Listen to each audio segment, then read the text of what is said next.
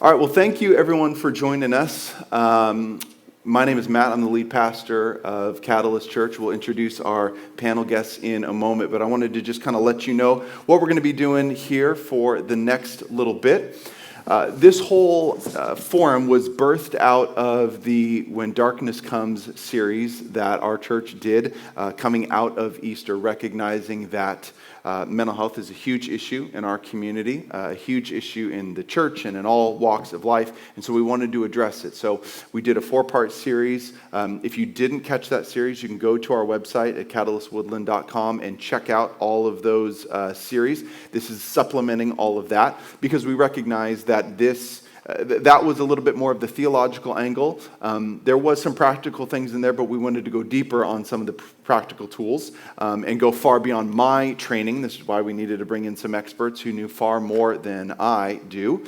And so we asked you all to submit questions, and you did. You submitted a ton, and we're so thankful for that because we have those questions here. And we did our best to kind of narrow them down. Some were very, very specific, and we couldn't quite get to all of them. But as one of you guys are saying, I mean, each one of these questions could be an hour-long talk in and of itself. So we're going to do our best to try to address some of these issues, understand that this is not specific clinical advice. These are advice from some people who have some experience. So, and we'll talk about this. By all means, talk to your doctor, talk to your professional, your counselor, your therapist, your psychologist, your clergy member at your church. Talk to those people. Get a whole team of people together. We'll talk about that. But this is not specific medical advice as it stands and related to the church. So, first of all, thank you guys so much for being a part. I want you guys to go ahead and take a second and introduce yourself and a bit of your background, and then we'll dive into some of these questions. Okay, well, thank you, Pastor Matt. Appreciate the opportunity to come and share some thoughts concerning mental health in, I guess, would be Woodland or in the Yolo County. Yeah. It's actually in all different counties as well. I'm in Sacramento County. My name is Ron Smith, and I'm a therapist, an associate professional clinical counselor. I've been in the field for about 10 years as a KDAC 2 and do assessments and mental health assessments and substance use disorder assessments for the county of Yolo and now in the county of Sacramento. I'm also a substance abuse professional for the Department of Transportation and helping individuals get into treatment for mental health as well as substance use disorder.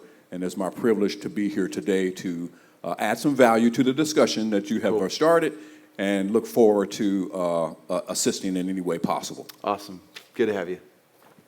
Thank you. Hi, my name is Ting Ting Lee. Thanks for having me. I'm the crisis line director for suicide prevention, and I have been a Yolo County resident for over 20 years. I spent over half of that, so I've spent over 13 years with suicide prevention, and yeah, definitely a privilege to come and talk about this topic. Awesome. All right, so let's start it off with, there were a couple questions that came in I thought were really good that talked about, well, we talked about what, not to do or things we want to try to avoid, anxiety, depression, suicide, but, what's the goal? What is good mental health? So if you were to say, what do you look for in someone with broadly defined good mental health? What are some of the markers that you're looking for? Whoever wants to jump in. When I saw this question, I thought this was kind of a difficult question because there's a lot of facets to good mental health. I think coming from my background, the one thing to keep in mind is, I don't know how much this pertains to the people that might be watching, but there is a lot of focus on maybe this striving for perfection or striving for I have to have good mental health. I have to have, you know what I mean? Sure. And instead, maybe seeing as something where it's really good to have self-awareness of what is a trigger for you. What does it look like when I'm not doing well, or not as well as I usually am? What does it look like when things just aren't working for me? And that's different for everybody.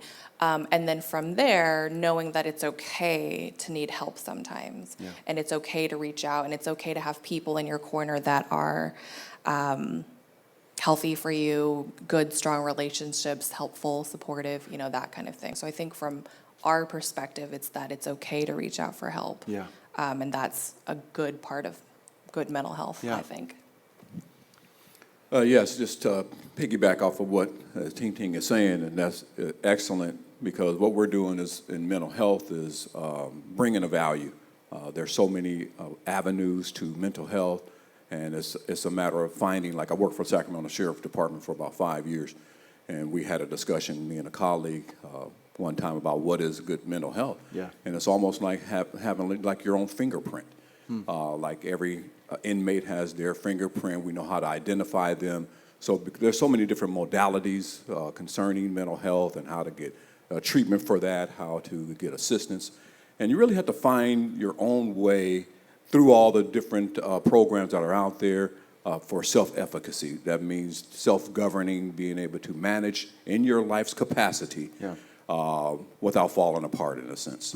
So, and that comes from developing a independent way to assist yourself.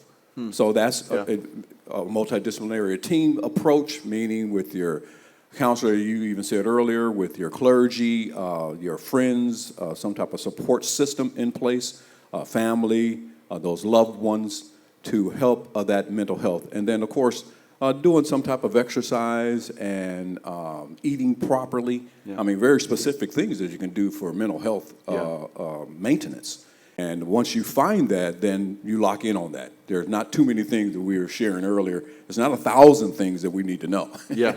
It's a few things. And then once we learn those few things, then we spend most of our time on those few things that help with mental health, mental health capacity. It starts with knowing yourself, though, and knowing where your background, any family history, and other things that could contribute. That's good. So we had a lot of questions about tangible ways you can help someone else. So there were a lot of folks who said, I have maybe a son or daughter or a family member, someone who's they're real depressed, or they have anxiety attacks. I've never had one, and so I have no idea what they're going through. And just kind of that tension of, I don't really struggle with this. It's easy for me to get out of bed in the morning, so I don't know what they're going through. And so how do I actually help? So what would be some tangible ways that you would suggest to someone who maybe has someone in their family who's struggling? They've never, had what their family member is wrestling with, and so how do they help? Well, one of the ways that could be helped, we do that in Yolo County with one of the agencies, is to rally around them. Non-judgmental, can't be judgmental concerning their ailment.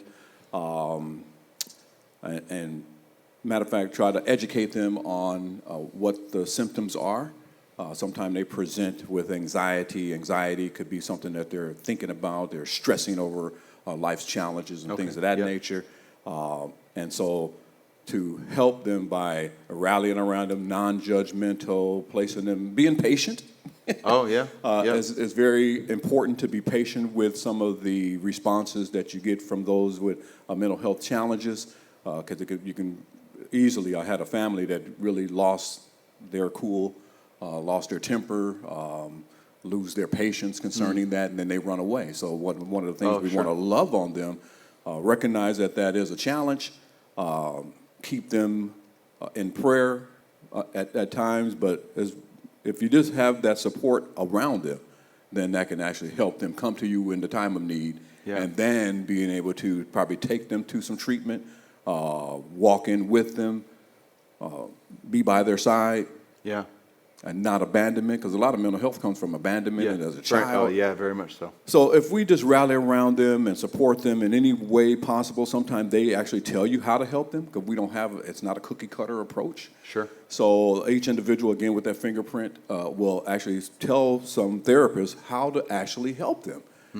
So asking questions, motivational interviewing questions, such as open-ended questions, can get that type of dialogue started, and that language coming from them to try to help empower them. And that's another thing we can do, to empower them to move forward in some of the things that they choose to do, rather than some of the things we think they need to do. Yeah, that's good. Ting Ting, anything to add on that? Much of the same things. I would say, as a crisis line director, some of the things we hear on the lines from people who are dealing with anxiety or depression is a lot of that they don't feel like they can open up to the people around them, or that they feel like they'll be a burden. Oh, yeah. if they do open up to Sure. the people around them. Sure. So I would say if you're trying to be someone who is trying to be supportive, trying to be helpful, I would recommend really checking in with your own biases, your own potential held mental health stigmas or stigmas toward treatment or anything, and not be able to not be afraid to talk directly to somebody about these things without judgment. Now, obviously, easier said than done, but Sure. that is, I would say that's a pretty big thing. Having worked with families and people who've had loved ones that have taken their own lives. Some people will say, for some people there are signs, and for some people they'll say I didn't see it coming. Sure. And having seen it on the other side with clients and that kind of thing and callers, for people who are struggling with deep depression or anxiety or any mental health disorder, sometimes a big part of their day is just making it seem like they're doing fine. Yeah. And they're just, nothing's wrong, everything's great. And so it can take a lot to open up. You feel very vulnerable. Yeah. And so being sensitive to that, as someone who's trying to be an ally and trying to be helpful, being really sensitive to how hard this must be. Yeah. And then I guess the only other thing would be remembering that mental illnesses are just that. They're an illness. And so just like you would never say, how come your pancreas can't produce insulin when you have diabetes? Why Right. can't you fix that? Yeah, fix that cancer of yours. Fix that, yeah. Yeah. Just make it happen. If you Sure. will it, it'll happen. Or you can't tell someone just to fix their broken arm just like that. Yeah. Mental illness is the same. It feels different because it seems like it's something that's under somebody's control, but it may not necessarily be Sure. that easy. I think that dovetails perfectly into our next question of helping someone understand, because there is a stigma out there. We talked about it on the weekend with our teaching series about how there is a lot of, especially for men, that mental health is weakness. And, being emotional, that's just being a sissy, and you need to grow up and man up. And so there's a lot of idea that if you're struggling with mental health, you kind of really fall into one of two camps. You're crazy, like the person that you would see walking down the street talking to multiple personalities, or you're weak. And there's really no in between. And that's, obviously we know that that's not the case, but people wrestle with that. And so one of the questions, we got this question twice, was that's kind of where my family member is. I struggle with mental health, and they think I'm weak. And so how do I help them understand? How do I get them there? How do I help them really wrestle with, or I guess understand where I'm coming from, and that this is a disease. This is something I'm wrestling with. Any tips on maybe what you would say to that person trying to help their family member deepen their understanding of their struggle? Well, Pastor, sometimes it's very difficult for that type of education to come from the mental health that they believe are mentally disturbed in some way. Sure. To have them explain to their family member, their loved ones. Advocate for themselves. And advocate for Yeah, themselves. right. That's one of the biggest challenges. So to try to get them to participate maybe in their treatment, go into, I know in drug and alcohol, there's Al-Anon, there's Nar-Anon, where they actually can go, the person that's supporting the one that's on Sit in, drugs, yeah. right, learn how to cope and how to develop tough love, Yeah. how to be of assistance and support, those type of things that are out there. I don't know how successful a person can be trying to be that educator when they're the ones that are experiencing this disease in a Yeah. sense. So encourage them to perhaps come with them to some type of treatment to so they can hear from another voice, a different agency, a different place Yeah. for them to actually see where they're coming from. That way they can, on their own, seek education, information Yeah. to be able to support. Yeah. Because it's very difficult. Again, I would probably tell that person to try to get that loved one to come with them so that they can hear that information from another source. That's good. That's good. Yeah, so this is related to my answer to the last question. And it's part of why I think mental health campaigns that raise awareness and fight mental health stigma are so important. I also don't have a great direct answer for you in terms of like if you have a loved one in your life that's just not getting it. I will say what does help, though, is having public figures, like when celebrities, when people in the community, like yourself, are open about mental health struggles that they've had.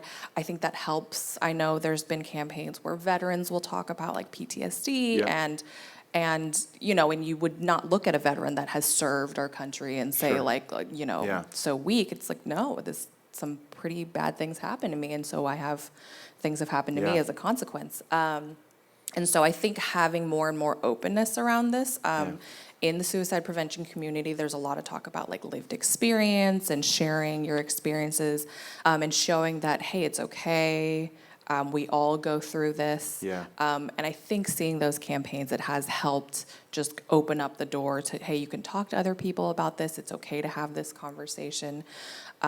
So yeah, not a nice direct answer, No, but more that's- just a global effect, No, that's hopefully. good though. And if like I said earlier at the beginning, if you didn't see any of the talks that we gave, go to our website, check it out. Especially week 4, the week on suicide, we had Alex, a very decorated veteran who lost his legs stepping on an IED in the war, shared his story of suicide and mental health and how he came through it. And so exactly what you're saying, shared experience, sharing a story.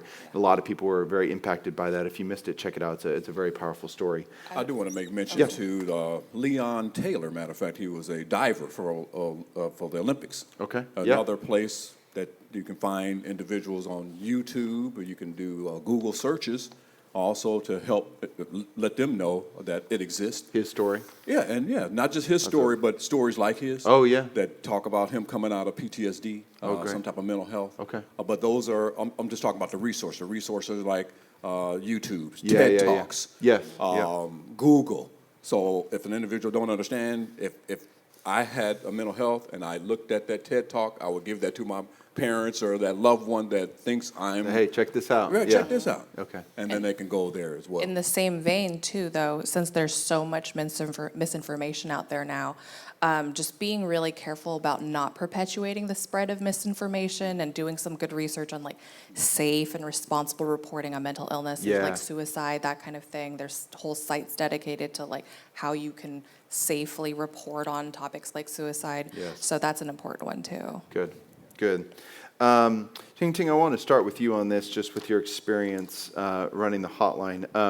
Obviously a lot of parents with teens, and got a lot of questions about my child, my teen. How do you tell the difference between, oh, they're just moody, having a rough day, trying to get my attention, trying to avoid going to school, or that family function that they don't want to be a part of, or no, they're truly depressed and their suicidal ideations and the things that they are actually saying are red flags. How do you navigate that? What are some things that you guys have learned on the hotline and how to navigate? What would you tell some parents who are really struggling in that regard? So as a stepmom to a 13-year-old, my condolences to all the teenager parents. I'm kidding. But I would say one of the simplest and most direct ways is honestly just to ask. Honestly. That's one of the easiest ways to tell if a kid is moody or if they're truly having suicidal ideation.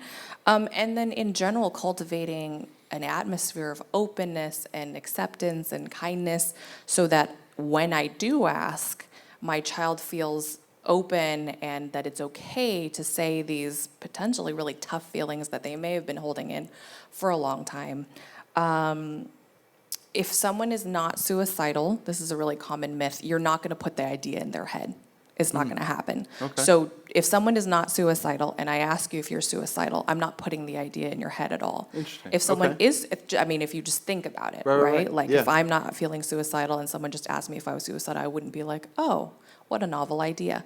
But Sure. if someone is feeling suicidal, ideally asking them directly will Yes. help them know, hey, my parent might be able to handle this. They're they're asking tuned me in. directly. Yeah. They're tuned Yeah. in. They know that this may be a possibility. They're taking me seriously. Yes. They're not thinking like, oh, you're just a kid.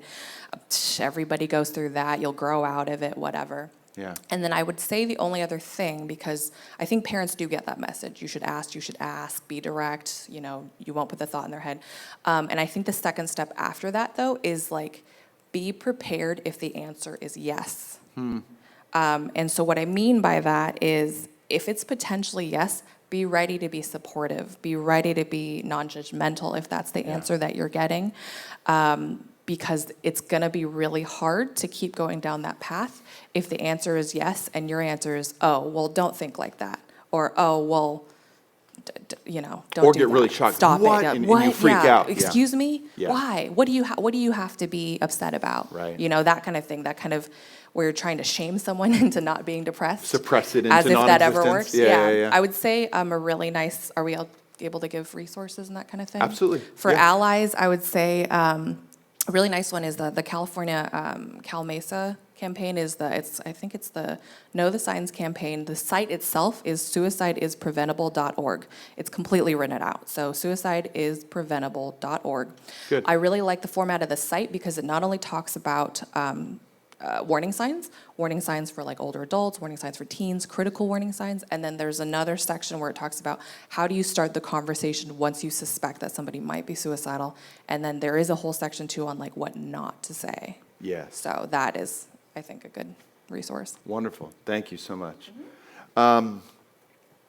Some ways, Ron, would you talk about some ways to help the next generation? Again, like I said, a lot of parents, a lot of kids asking, I got a young child, and I want to try to get out ahead of this. I want to try to make a home that is safe to talk about some of the stuff. What are some things that you would additionally suggest to parents to try to create a place where they can support the next generation of kids that are going to be wrestling with this? Well, that's, again, a great question because my background is normally in, drugs and alcohol. Yeah. But I did have some experience with adolescents dealing with mental health and parents who sometimes think they have the answer but really don't. I've known that some parents come in saying that their child needs help when it's actually a two-pronged thing where the parent actually needs some assistance themselves. Yeah. And getting some tools to be able to work with that adolescent. Sometimes it's just a phase of life that an adolescent is going through, not necessarily suicidal ideation, not necessarily isolation from their child, and that's or from other peers, and that's what you're looking for. You're looking for someone that's going to isolate, looking for someone that doesn't find pleasure in things that are pleasurable any longer, that will give signs of depression and maybe some suicidal ideation. And again, asking that question, like you're saying, to determine. But some of the things that we can do, a parent can do for the future generation is be more involved. Yeah. Sometimes as parents, we want to try to bring the child back in the past with us. For example, I was dealing with someone concerning the cell phones. And so we can find lessons in all kinds of different things. But they don't need a cell phone. Everyone has cell phones. Don't have to have a cell phone. Yeah. Well, you can monitor that cell phone. And instead of trying to bring them, I didn't have that when I was their age, and I made it. Well, sometimes we have to, instead of bring them back in the past with us, here's my encouragement to move into the future with our adolescents. That's good. Learn how to do some of the things they do. Get involved, be interested in their things that they want to do. Yeah. And that would be something that really works in therapy as well, is coming into the future with our children. That's good. That's good. That was really similar to what I was thinking for this one as well. Kids these days are growing up in such a different world, different than how you grew up, different than how I grew up. And I know parents that have kids where they have no idea, what social media platforms are they on? What apps are they using? And I know parents who have just no idea about that. And then I know other parents who think they know, but their kids are still doing things that they didn't think were capable. Right. So I think it's worth looking into the effects of social media, these apps, instituting some healthy boundaries, but also like doing a lot of education. It is easy, some of these new tools that are out there now with parenting, but just knowing what It's more than MySpace. Right? Yeah. Snapchat, TikTok. Facebook is kind of passe for the kids Even now. that, and I hear people like, we had, and it's like, no, man. That was true 3 years ago, Right. 3 months ago. Right. Good. And also want Yeah, to go ahead. speak to the men Yeah. to be involved in the children. I know there's a lot of healthy men out there, fathers that are into their careers and things of that nature. But there's a high percentage of the men that are not involved. Yeah. And so I do want to stir that conversation for the men to get involved with their children's lives. A lot of time the children run to the mother and things of that nature. I know my sons, we're empty nesters now, and my sons, I make a point to meet with them at least once a month, to go to dinner with them, to get involved in their interests. There was a time Just when one-on-one to just take, one-on-one, yeah. 'cause they're kind of close together, a year apart. Instead of meeting with both of them together, I make a point to meet with them individually. Yeah. And it just makes such a difference in their choices as well, because it really goes back to the individual choices, even in mental health, that or substance use disorder, or even relationship building. Yeah. That is important for both parents to be involved. So Yeah. if that's you, you know it. If it's not, then just keep smiling, looking straight ahead. Very good. Ron, I want to come back to you on this one. And just, we had probably the number one question we got by far and away was seeking a professional, medication. So I'm just going to rattle off a number of sub questions we got, and then I'll just let you kind of answer with some of the things that we had discussed. How do you look for a therapist? On our weekend service, I said every single weekend, some of you need to go get help. And you need to stop saying, I can do this on my own and I'm fine. No, you need to go find someone. You need to go get some help. And so there was a lot of questions. Well, how do I do that? How do you know when it's time for medication? What questions do you need to be asking a doctor about because there were so many questions about, I don't even know how to have this conversation. Do I need it? I don't. Help me. What do I even ask? I don't even know how to ask the right questions. And then, are you on these forever? Do you go on? Do you off? What? So there were so many questions about this. If you could just speak a little bit into that world, and coming from that world, what would be some helpful things you'd hope people would know going into that? What do they need to know? What do they need to ask? Well, first off, I just want to do a disclaimer that I don't do with medications. We don't prescribe medications, but we do address the medication issue when a person comes in with medication. So we collaborate with their doctor, whoever prescribed it, their psychiatrist, and sometimes we get what we call a ROI, or release of information, to try to collaborate or with continuum of care to help an individual. But let's take a look at this first one. So what should you look for in a good therapist? Look for one who listens. Sometimes one who empowers, and then one who engages and helps you engage in the process. Because the professional is not a professional of your life. The professional is a professional of his life, and helping you to become a professional, or how can I put it, a person empowered in your own life. Yeah. And so that's why there's so many different modalities. There's a lot of therapists out there. A lot of them have an interest to help. And you won't know that until you actually are sitting in front of them. And then allow the process to unfold. Yeah. Because you won't know that person, whoever it is, even if you get that person that listens, you get that person that empowers, but you still have to take a leap of faith, in a sense, to step out there. Well, how do you find that person? So you can find them through referrals. Is one of the first places that I would normally do. Most of my business is done through referrals. Yeah. Matter of fact, I'm here as a referral. Yep, you are. You are. So referrals are a good place to find a good therapist. Refer through who? Refer through maybe someone that's already seeing a therapist, someone that maybe at your job, your EAP, Employee Assistance Program. We have a list. Oh, you do have a list. So we have a list Look for folks in our church and our community who want people who either I know personally, or I've had people in the church who've said, I went and man, they were fantastic. Yeah. And I would echo that. Not as a professional therapist, but one who has spent a lot of time in a counselor's office, unloading all the stuff that everyone puts on me, it is a process. And yes, it can be an expensive process at times, but it does take time. I can't tell you how many people I've heard say, well, I went and I saw a therapist, they didn't work, and I'm over it.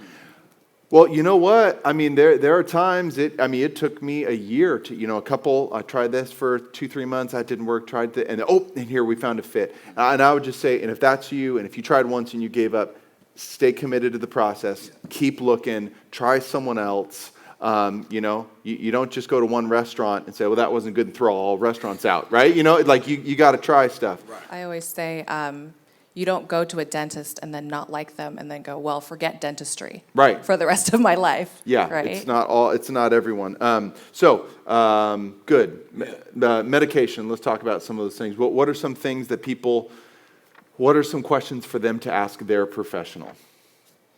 Well, how do you know when it's time for medication?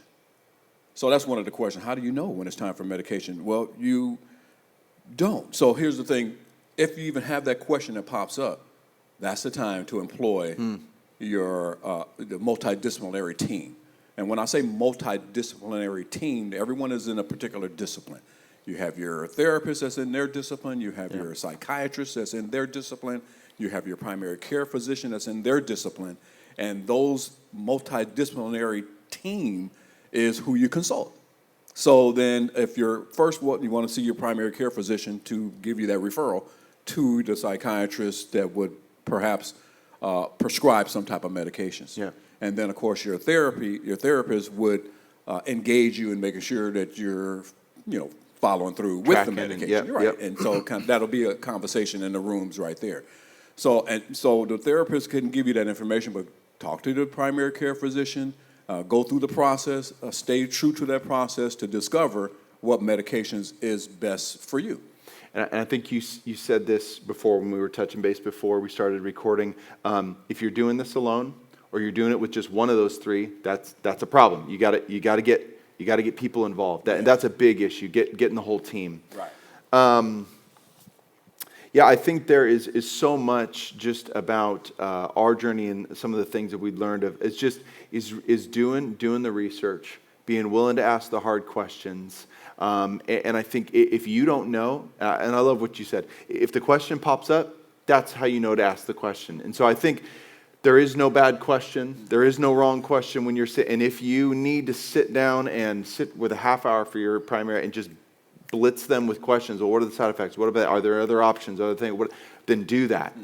Get the knowledge you need to find out. I think writing things down too. That's a kind of I think underrated technique, but just even if it's things like symptoms you're experiencing or questions you might have about anything, side effects that you might be experiencing, I think sometimes once we go, I don't know about everybody else, but when I go see the doctor, it's like, 10 minutes. Right, sure. And they always ask you, is there anything else you want to talk about? And I almost always just say like, no, I'm fine. But then later on you think about it and you're like, oh, actually, I should have asked them about. Right. Sure. And so with mental health issues, that's even more the case where you might go into a situation and feel maybe apprehensive or anxious and then just forget. So I would say write it down, all of it. Good. All right. A couple more and then we'll just open if you guys have any final thoughts. But this was an interesting one. There was only one individual who asked it, but I thought it was a great question. I said, what is the difference between being stressed out and having anxiety? Obviously, there is a difference between clinical anxiety and just having a rough day, a long day. But how do you know? How do you know? Just I'm in a rough season. It's been a long week, or no, this is something that needs to go to the next level. Needs to be notched up. I do need to bring this up with my doctor. I do need to bring in a team. What are some tips on just kind of knowing what are some of the identifiers, I guess, or triggers for kind of elevating something beyond, just going to sleep, waking up, trying again tomorrow? That's an excellent question. We're looking at stress as normally, those stresses of life. Some people want a job, for example. They say, they're stressing because they don't have a job. Sure. Yeah. And then they get the job, then they're stressing because they have to go to work. Yeah, right. Yeah. So those are common stressors that are not something that's going to take you away from the having to function in life. But you do have to take that in consideration and then work through that process. But now, depression or anxiety could be normally, you're panicking about a particular thing, your heavy thoughts about it. Matter of fact, I heard a doctor say recently, sometimes we're too much in our head and need to get into our body and start functioning and acting and getting up and doing something to get out of some anxiety or stressful situations. Interesting, yeah. And so if a person cannot get into their physical portion, maybe doing some exercising and walking and things of that nature, and that relieves that, then they're dealing with probably some anxiety that they may want to go to a professional. That's good. Yeah, and I'll just pick up on a little thing you said just a few moments ago. That was so good, that it's, if it's affecting your life, if it is physically changing your life and how you cannot function the way you used to, that's a big indicator. I would just say, at the risk of sounding kind of like a broken record and just recommending everybody go seek help, that there are events in our lives that are stressful, and there are things that might cause a lot of anxiety. But at the same time, I would say it's okay to get support and help for any of that kind of thing. For example, good. Yeah, I yeah. might go through a divorce. That's something that's huge change in my life and requires a lot of adjustment. I may not develop clinical depression or clinical anxiety, but could it be helpful for me to see someone temporarily, maybe for a few months, Sure. just for that kind of support to ease me through that period, help me, maybe work with my kids, or, whatever that might be. So I would say, yeah, if it affects your life, it's okay to get support for that kind of thing, no matter if it seems like it's serious or if it's maybe just something that's temporary. It's still okay to get support. That's good. It's good encouragement. All right, last one, and this was probably our second most asked question. And Ron, I'll start with you because it also goes in with substance abuse and things like that. So how do you know that line where there is the line of boundaries? We'll define it. As a friend or family member or someone who has been struggling, and maybe you try to help them get the help they need, go sit in, find a therapist, do the thing, and then they're right back, and then they're out there, and you've been doing this for years. As people were talking to me saying, now it's starting to damage my mental health. Now it's starting to take my life. How do you know, what are some tips on some boundaries of helping, but not going too far where you're actually enabling someone to stay in that place for too long? What have you learned over the years of helping people and families through substance abuse? And I'm sure there's some close ties with mental health and boundaries. Yeah, boundaries probably is right up there with the disease of alcoholism, the disease of drug addiction, and in mental health, as far as enabling the individual that's involved to try to help them stop. There's no empowerment there, and it's a challenge because of the lack of, it's an ignorance, and ignorance is simply lacking in knowledge, uninformed and uneducated concerning how to approach that individual or the situation at hand. So what a person can do is actually get some type of education, training. I know there's a person right now I'm dealing with, I'm thinking about the mother with a daughter that is out on drugs currently, and she's destroying herself, and the mother and the brother keeps letting her in when she comes drunk and under the influence. Tough love is something that is not with her right now because they let her in. Sure. And I understand, on one hand, that could be the day, if you choose to use tough love, that she dies. Yeah. And so for a parent, that could be very disheartening to see your child dying basically in front of you. Yeah. But there's still a responsibility to hold some boundaries, because that boundary of maybe not letting them in. Now, I'm not saying to do this, but I know in my own personal situation that there was a time when I was out there on drugs. So I'm now doing some self-disclosure. My mom didn't let me in. She didn't let me in the door. That helped me. So I walked away. I was upset, but that at the same time, that helped me turn my life around. Yeah. And she told me that she went to Al-Anon to try to help her with how to deliver. Help you. Yeah, help me how to deliver tough love. When I came to the door, she had the chain on the door where she normally lets me in. Yeah. And so that worked for me. Is it going to work for everyone? That's the thing, we don't know. Yeah. See, all this whole age industry, I mean, we're making assumptions, or we're making an analysis that we hope works. Yeah. So Just experimenting all we're over the place. We're experimenting on what would work. So I think that's what the suggestion would be, to make some, do some experimenting, do something you've never done before, reach out to individuals you've never reached out to before, hold some boundaries, don't do certain, but if you see that it's making it worse, maybe recant and do something different. Yeah. So those boundaries are very challenging to, how can I put it, find in a book, read, put into practice and say, that works. Yeah. We Well, just don't know what works. Well, and I would say, and I would go back to the advice you gave in a previous question, which I thought was so good. I think there's sometimes you need to listen to yourself.